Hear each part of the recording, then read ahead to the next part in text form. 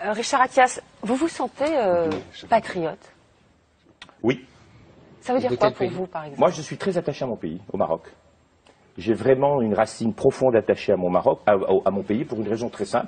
On a beaucoup parlé. Vous avez fait plaisir à Eric Zemmour, hein, quand vous avez dit ça. Je ne sais pas si je lui fais plaisir. Non, mais il est franc, au moins, c'est bien. Je dis ce que je pense. Ben oui. Et pourquoi je pense. Je vais vous dire pourquoi je suis fier de mon pays.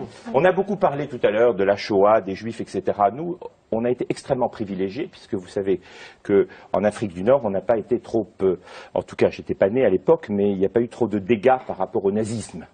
Et on n'a pas eu trop, malheureusement, d'envois vers les camps.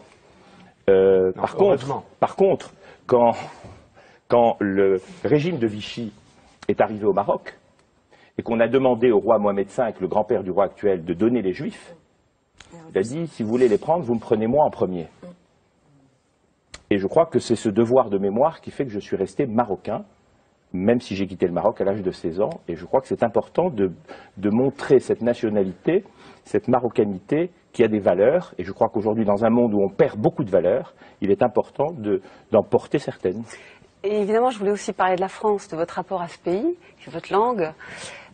Par exemple, en 2004, quand vous êtes engagé, vous avez préparé le discours du Bourget de Nicolas Sarkozy au moment où il allait... Je ne l'ai pas préparé. Enfin, vous avez préparé pas le discours. J'ai fait la mise en scène de cet événement. Pardon, d'accord, mais à coup de pas. La mise en scène, c'est un personnage politique, vous vous engagez à ses côtés pour qu'il prenne l'UMP. Est-ce que c'était par amitié, c'était un engagement par rapport à la France, ou c'était autre chose? Pour être tout à fait franc, c'était du professionnalisme, c'est-à-dire que j'étais à l'époque l'un des dirigeants du groupe Publicis.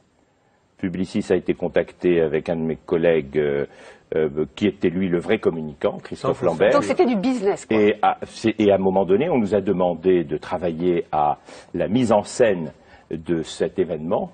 J'ai apporté mon professionnalisme. Sans aucun engagement politique, parce que je n'ai aucun engagement politique en France. Je ne peux pas, absolument. Par contre, éthiquement, je